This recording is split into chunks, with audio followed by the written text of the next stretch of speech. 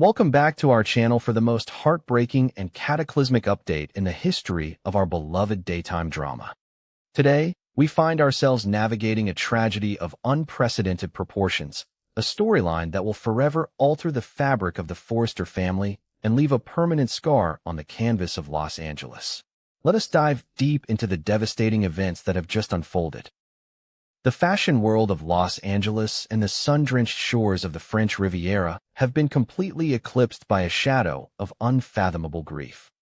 Steffy Forrester Finnegan, the resilient, fiercely protective, and iconic matriarch of the younger Forrester generation, has tragically lost her life in a horrific car accident. This devastating event occurred mere moments after she departed the Los Angeles International Airport, having fled the chaos of Monaco in a state of absolute psychological distress. The sheer magnitude of this loss has sent shockwaves through the very foundation of the show, leaving fans and characters alike paralyzed in a state of profound mourning. The invincible Steffy Forrester is gone, and the aftermath of her demise is already tearing her family apart in the most violent ways imaginable.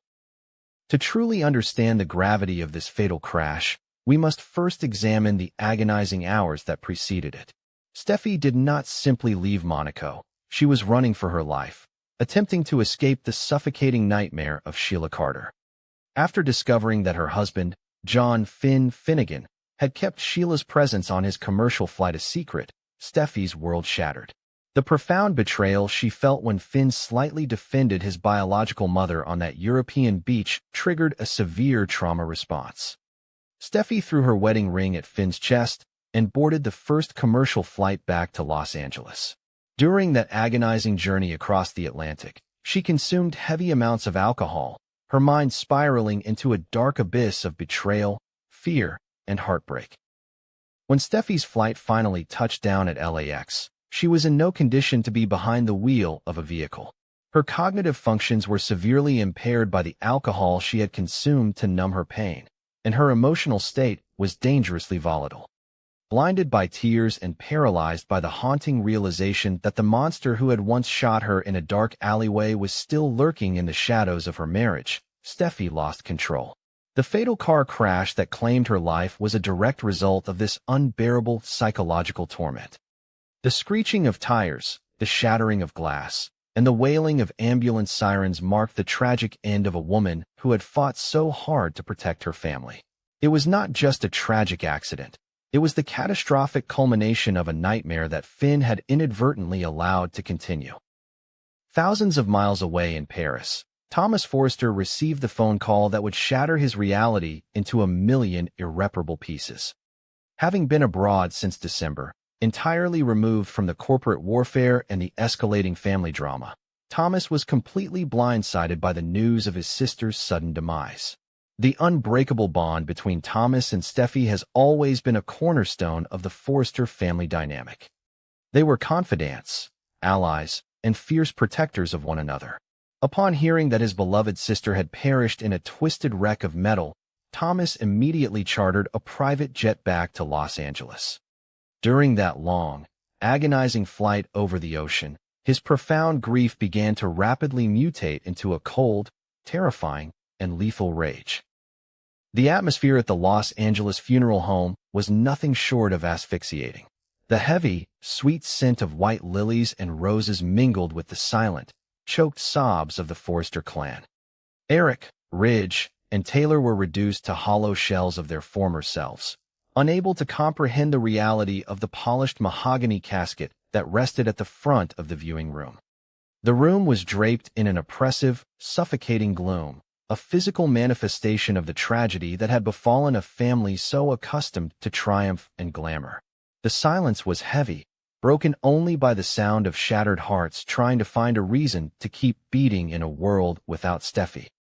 Standing mere inches from the casket was John Finnegan. The once heroic doctor looked entirely unrecognizable. He was a broken, hollowed-out man drowning in an ocean of insurmountable guilt. Finn knew, with agonizing certainty, that his choices had paved the road to this tragedy. He had promised Steffy, swore to her on their marriage and the lives of their children, that he would protect her from Sheila Carter. Instead, He had negotiated with the devil on that commercial flight, keeping Sheila's presence a secret and inadvertently inviting the architect of Steffy's trauma back into their orbit. Finn stood before his wife's lifeless body, silently begging for a forgiveness he knew he would never, ever deserve. The suffocating, mournful silence of the funeral home was violently shattered by the arrival of Thomas Forrester.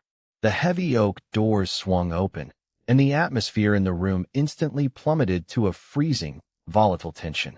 Thomas did not offer condolences to the guests. He did not embrace his weeping parents. His bloodshot eyes locked onto only one target in the entire room, the man standing beside his sister's casket, the man who was supposed to be her ultimate protector, the man who had failed her in the most spectacular and fatal way possible. Without a single word of warning, Thomas lunged forward, closing the distance between them in a fraction of a second. In a horrifying breach of funeral decorum, Thomas unleashed a devastating, visceral punch directly into Finn's jaw. The sickening crack of the impact echoed through the silent room, sending Finn crashing to the polished floor right in front of Steffy's casket. Gasps of horror erupted from the gathered mourners, but no one dared to intervene. Ridge and Taylor stood frozen, perhaps secretly harboring the very same anger that their son was now physically manifesting. Thomas stood over his fallen brother-in-law, his entire body trembling with an uncontrollable, righteous fury that demanded a reckoning. The grief that had been choking Thomas finally erupted into agonizing, guttural screams. He pointed a trembling finger at Finn, his voice cracking under the crushing weight of his devastation. Thomas ruthlessly and accurately dissected the chain of events that led to Steffy's death, placing the blame squarely and entirely on Finn's shoulders. He screamed that it was Finn's weakness, his pathetic inability to sever ties with a psychopathic murderer, that had killed his sister. Thomas roared that Finn had allowed Sheila to travel to Monaco, that Finn's lies and secret pacts had caused Steffy to panic, to flee in absolute terror, and to get behind the wheel of that car while her mind and body were completely unstable. "You killed her." Thomas's voice reverberated off the mahogany walls, a haunting accusation that cut through the room like a jagged blade. He articulated the unbearable truth that everyone else was too polite to say aloud. Steffy would still be alive if Finn had simply possessed the backbone to protect her. She was running from Finn's betrayal, running from the monster he refused to banish, and that desperate, frantic flight had cost her everything. Finn, bleeding and broken on the floor, did not attempt to defend himself. He did not raise a hand to block the blows, nor did he offer a single word of justification. He absorbed the physical and emotional punishment because, deep in his shattered heart, he believed every single word Thomas was screaming at him. The confrontation did not end with physical violence. Thomas, acting as the newly forged, ruthless patriarch of his grieving generation, delivered a brutal and absolute decree. Looking down at the shattered doctor, Thomas declared that John Finnegan was officially and permanently dead to the Forrester family. He stripped Finn of his title as a husband and a son-in-law, banishing him from their lives with a cold, unforgiving finality. The Forrester family, Thomas vowed, would close its ranks, and Finn would be left on the outside, forced to live with the blood of his wife permanently staining his hands. There would be no forgiveness, no redemption, and no future for Finn within the walls of the Forrester estate. But Thomas's wrath extended far beyond mere familial banishment. In the most devastating and agonizing blow of the afternoon, Thomas looked Finn dead in the eye and strictly forbade him from ever touching Kelly and Hayes again. Thomas declared that a man who could not protect his wife from a known murderer had surrendered his fundamental right to be a father. The Forrester family would raise the children, shielding them from the toxic, deadly legacy of Sheila Carter's bloodline that flowed through Finn's veins. This horrifying decree pushed Finn into an abyss of absolute, unmitigated despair. In the span of a few agonizing days, he had lost his soulmate, his extended family, and now, access to the innocent children who were his only remaining reason to breathe. As Finn was left to drown in the dark reality of his new, isolated existence, Thomas turned his attention toward the true architect of this waking nightmare. The grief over Steffy's death had fundamentally altered Thomas's psychological makeup. The reformed, peaceful designer who had sought redemption and quiet love in Paris was completely gone, replaced by a dark, avenging angel fueled entirely by vengeance. Thomas stood before his sister's casket, looking down at the beautiful face of the woman who had defined so much of his life, and made a chilling, unbreakable blood oath. The tears streaming down his face were no longer just tears of sorrow. They were a promise of impending destruction. With a voice devoid of any warmth, mercy, or hesitation, Thomas swore to the heavens that he would use every single resource at his disposal to exact his revenge.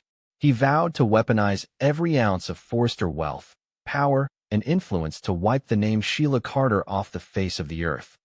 This was no longer about legal justice, restraining orders, or prison sentences. This was about absolute, permanent eradication. Thomas viewed the impending destruction of Sheila not just as a necessity for the safety of his remaining family, but as a sacrificial tribute to Steffy's soul. He would not rest, he would not sleep, and he would not show an ounce of mercy until Sheila paid the ultimate, fatal price for the chain of events she had set in motion. The tragic demise of Steffy Forster Finnegan marks the end of a legendary era for our beloved soap opera. The canvas has been permanently scarred by a loss so profound that it will dictate the narrative, the alliances, and the wars for years to come.